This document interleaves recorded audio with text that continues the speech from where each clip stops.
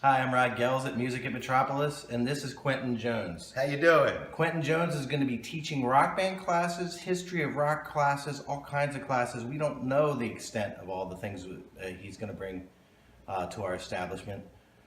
This little video we're going to make here is going to be an introduction to getting to know Quentin and where he came from and all that kind of stuff that we all want to know. I want to know. But anyway, so getting started, where did you start with music? What were your earliest musical stuff? What happened? How did it happen? It would be a combination of, the records that my older brothers brought home or had, which would ultimately be the Beatles, which was a very magical time because I discovered them why they were the Beatles, They were still a band. They were still a band, and Unlike me. right, which you had to discover them after you were a Rat fan. But anyways, Ouch. I jest. Yes. Anyways, and the other one would be actually my dad. My dad actually had a famous nylon string guitar. All right. And he would play like House of the Rising Sun, and he would play City of New Orleans, and he was blowing in the wind. He had a beautiful voice, and I remember as a kid being enthralled. In fact, Rod, you might like this story. All right. I was a real little guy. It was Christmas time, and they said Santa Claus was coming over. And of course, that made me go crazy. And I was misbehaving, so I got sent upstairs to sit with Dad in Dad's room. Yeah. Until I could learn to behave. All right. And Dad was upstairs probably hiding from the rest of the relatives. It was kind of like a Christmas party. Okay. And he was playing the guitar. What he normally does at Christmas parties. Right, yeah, that's right. He was playing the guitar. Yeah. And it was, I was like, I remember, can you sit there, And I was thinking I got one over on everybody because this was way better than Santa Claus. Yeah. So I was enthralled by the guitar. Lived, breathed it. Made me confused. Yeah. Wanted to know more. Wanted to know more. Yes. How did you learn more when you were like, when were you like 11, 12? Well, however old you are. No, I was much younger than that. However old you are, like fourth grade. I mean, Okay. I don't ever remember not putting my hands on the guitar. Okay. And I wasn't supposed to be touching the guitar, and I Yeah. did. I doped out how to make chords. Yeah. By looking at the little diagrams. Yeah. And I'd learn a few chords, and we had some sheet music around the house, so I'd go through all the sheet music, trying to find the songs that had the 3 chords in it that I knew how to play. Yeah. Because I was completely lost. I was completely on my own. Yeah. Yep. Okay, so now you say the Beatles were like an early, tell us about your introduction to the Beatles and all that kind of stuff. I'd almost have to say I cannot remember a time when I wasn't enthralled by music and the Beatles, but also other bands of the era. I knew them all. Freddie and the Dreamers, Hermits, the Rolling Stones, the Animals, The British Dave Invasion. Clark 5. Where'd Dave Clark 5 from? They're an English band. Okay, they were this is all actually British Invasion stuff. Yeah, Paul Revere and the Raiders, they were American.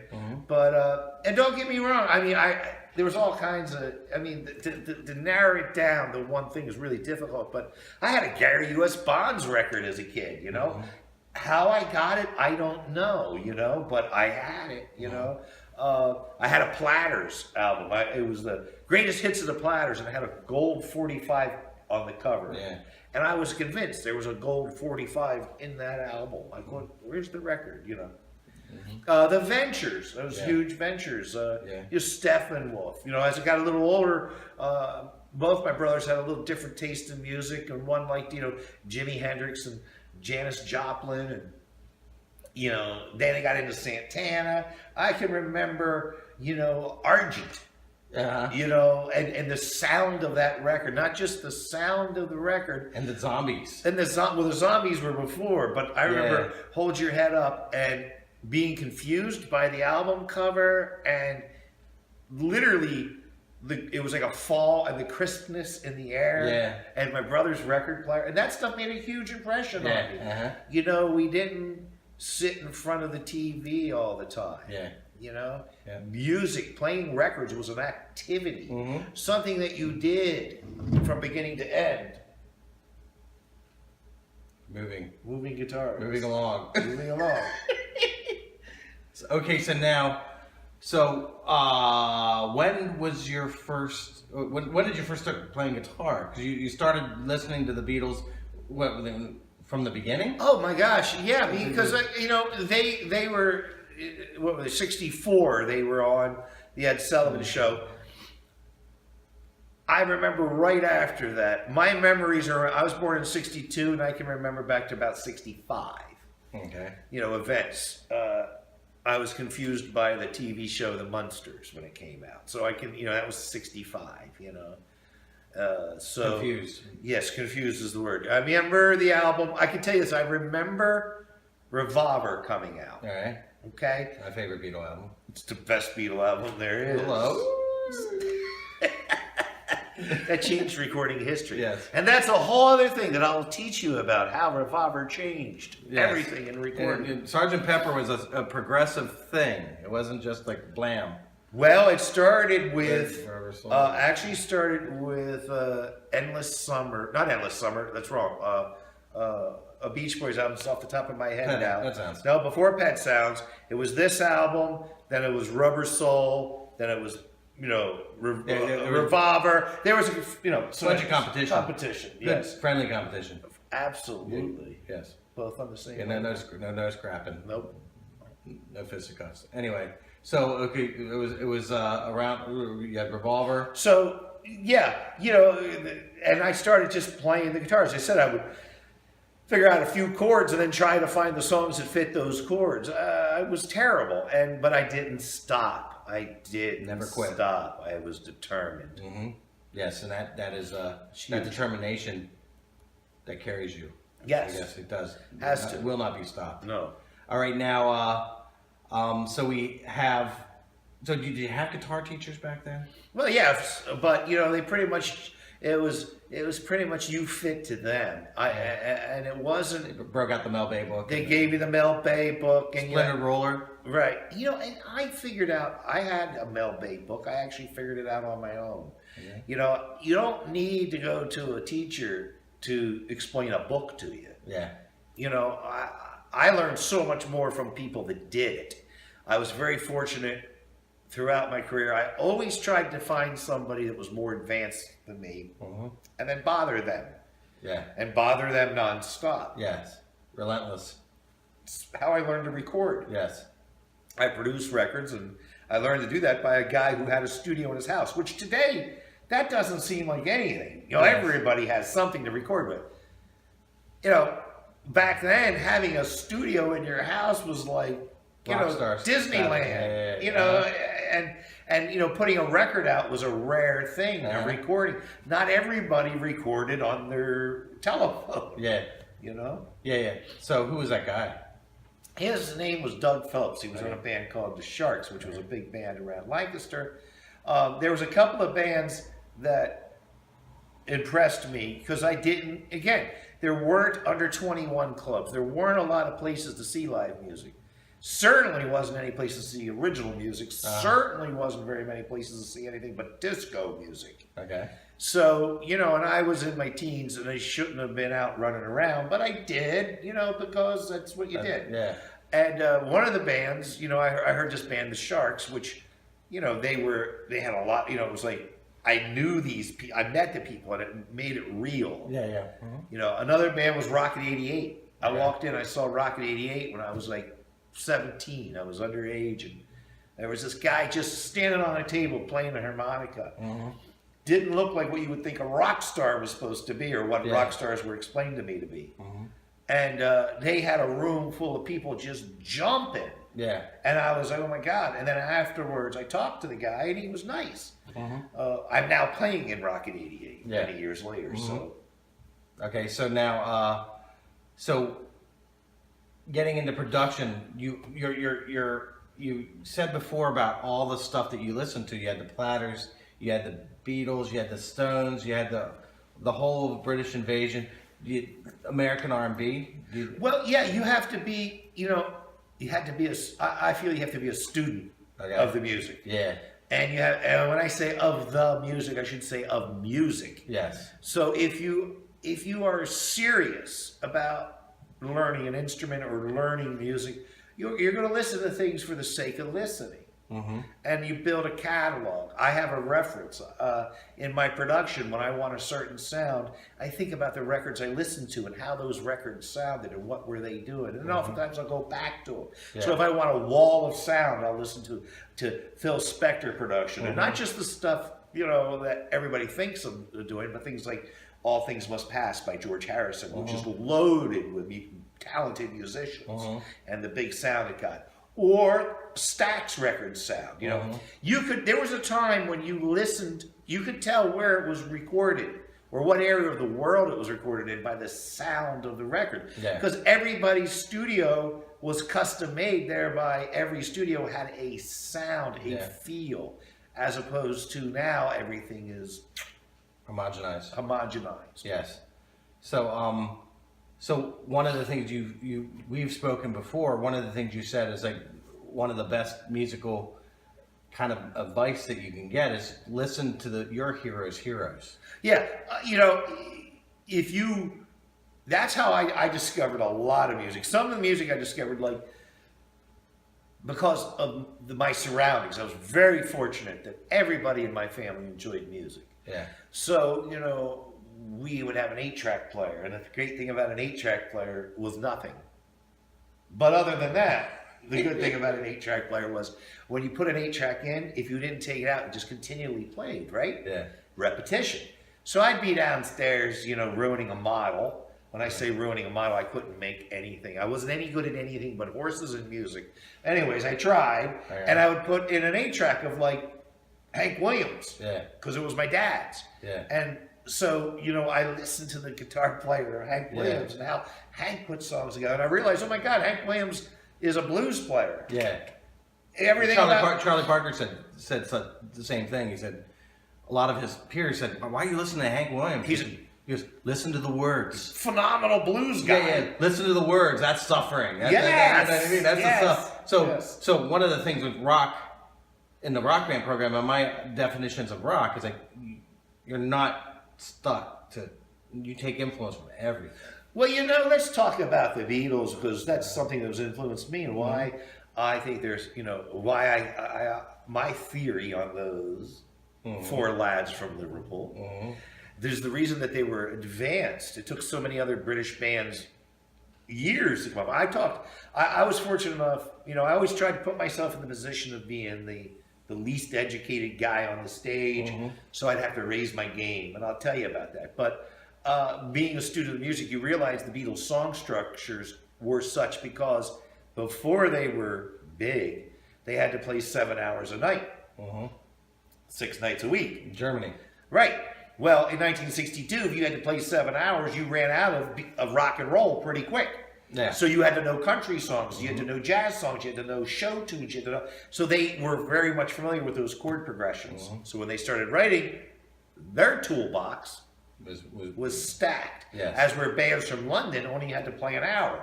Well, you could play Bo Diddley and Chuck Berry for an hour and never have to repeat. Yeah. Yeah, because they stack their bands, right. The Cavern and all the whatever clubs they, better than me. That's a little free. Yeah. There's a little taste of music history. Yeah. Okay, so now your 5 favorite albums, and don't limit it to 5.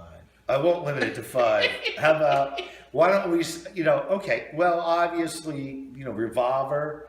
I mean, I have to say that you have to take the Beatles as an album. You have to just say that. Yeah, there's no way to pick it out. Because here's one of the other things that was amazing, not only about the Beatles, but bands of that time. You could not take something from 1964 that the Beatles recorded and put it on 1967's record. In other words, you couldn't put Love Me Do onto Sgt. Pepper. It wouldn't fit because they were night and day. Yeah, the progress. You can do that today, though. You can take a band's last 4 albums and mix them all up, and they still sound the same. So anyways, back to your question, I'd have to say, Beggar's Banquet by the Rolling Stones. To me, the Rolling Stones ended with Brian Jones's exit. That's just me. Jimi Hendrix, Are You Experienced? The Clash, London Calling. The astounding 12-string guitar of Glenn Campbell. Johnny Cash at San Quentin. I bought that for my dad for Christmas and then stole it immediately. Help me out here. I mean, there's just so many great Hank Williams. How much were you into, like, because you were... Ventures, Underground Fire. You were probably, 11, 12 years old when the punk started happening? At first, I wasn't into the punk scene. All right. And then I heard Holiday in the Sun. I mean, I had heard The Clash, and I liked them. The Ramones, I had liked them. But I heard Holidays in the Sun, and it was like those stomping feet, which led me back to the New York Dolls, led me back to bands like Mott the Hoople, T-Rex, the greatest rockabilly band of all time, T-Rex, even though nobody would consider them. And they're not glam bands, they're glitter rock. Anyways. All right. As I said... Glam rock is poison. Totally different thing. Yes. Completely different. Yes. Anyways, and one of the things I had said before, and maybe I'm repeating now, is what I would do is I would learn those bands' influences. Yes. And then I'd go look up and I'd listen to them and learn that band's influence. And it all goes back to Hank Williams, by the way. Yeah. That's like the son of the musical universe. Right. I'd have to say that Hank Williams there was obviously blues music before and everything like that, but I think that Hank Williams was the modern take on it, which the gospel. Storytelling. Right. The storytelling. Right. Like, I don't want to say white, but like a different kind of a... Well, it was... When you listen to Hank Williams' lyrics, it wouldn't matter. It is what it is. Yeah. It is what it is. It's universal. Mm-hmm. That's what music should be, universal. Okay, performance and rock and roll. Like the whole rock band thing. We talk a lot about how performance is just as much of an important consideration, how you present your music to the public as the music itself. Could you say anything about that? Yeah, well, putting a band together and working within a band is a great experience. It's very much like learning to run a business, because you have to deal with all the things you have to deal with, not only in running a business, but working. You have to learn to work with others. You have to appreciate others' ideas. Mm-hmm. You have to, organize. You have to set goals. You have to set rehearsals. You have to promote. It's just like, what was that thing they used to do? It was a business class they used to teach in school where you made something and you marketed it. What was that? What? Pathways to Success. I don't know what they call it, right? Junior Achievement. Junior Achievement. Yes. It is like Junior Achievement. It's totally Junior Achievement. It's totally like that. Yeah. But we've lost that, and it's really... What we do is, the Junior Achievement, what we're marketing is not welcome mats. We're marketing... your own art, your music. Yeah. And it's a shame because, there's a cutback in the arts right now, and it's really a shame because you learn so much from it. Mm-hmm. Anything from mathematical equations, to, as I said, getting along and promoting and sharing ideas. Yeah. Learning to work with others. Yes. Well, there's all kinds of things. So, who were some of the people that you mentioned that playing with other people is one of the playing with other people first of all, but playing with people that are as good as you or preferably better than you. What is your background? Well, as I said before, I always try to put myself in a position to learn and to be. I don't want to say I engineer, but it's good to be the guy on the stage that isn't full of all the experience. Because you can learn. I was very fortunate to work with people that have been recording since before rock and roll. Charlie Gracie's one of them. Oh. Charlie taught me a lot about music theory without ever explaining one note. Did he teach you the numbering system? He kind of taught me the numbering system, but more important than that, we did a tour. Charlie hired me to play with him on a tour where he opened for Van Morrison. Yeah. And that was very structured. Then he called me up and said, would you like to play for me over the summer? He had a whole bunch of gigs, and these were different types of gigs. And I said, sure. I said, what are we playing? And he said, I don't know. I said, well, can you give me a list? He's like, no. I said, can we practice? No. I said, can you help me? He goes, look, kid, I know 3,000 songs. How am I going to tell you? He says, show up. Yeah. And I did, and the first 2 weeks were horrendous. I couldn't follow or anything. But by the end of the summer, wherever he went, I could go. Yeah. That's priceless. Yeah. You know, and as I said, Charlie has done everything. Charlie was on the Ed Sullivan Show. He had, you know, he was one of the early 50 rockers. So, I mean, he could tell me, I mean, we just lost Chuck Berry. He would tell me Chuck Berry stories. He would tell me Eddie Cochran stories. These are people that founded our music. You know, or playing with, you know, Peter Noon one time needed a fill-in guitar player. I think it was like 15, 20 gigs. I don't remember, but I was fortunate enough to be that guy for a while. And, I mean, there's a man that knew how to perform, you know? And it was great because working with Peter Noon, it was very structured. And working with Charlie Gracie or some of these other guys, you wing it. Like Robert Gordon. If you can stick with Robert Gordon for anything, you're doing all right. Because he throws everything at you. You know, I played with Linda Gale Lewis. Linda Gale Lewis is Jerry Lee's sister. She was been on stage with Jerry Lee since the early 60s. Imagine that. And, you know, I learned from her, and I've learned from a lot of people. And always put yourself in the position to learn from somebody who has done and has been there and has done it. It's really good. Learning from the books is good, too.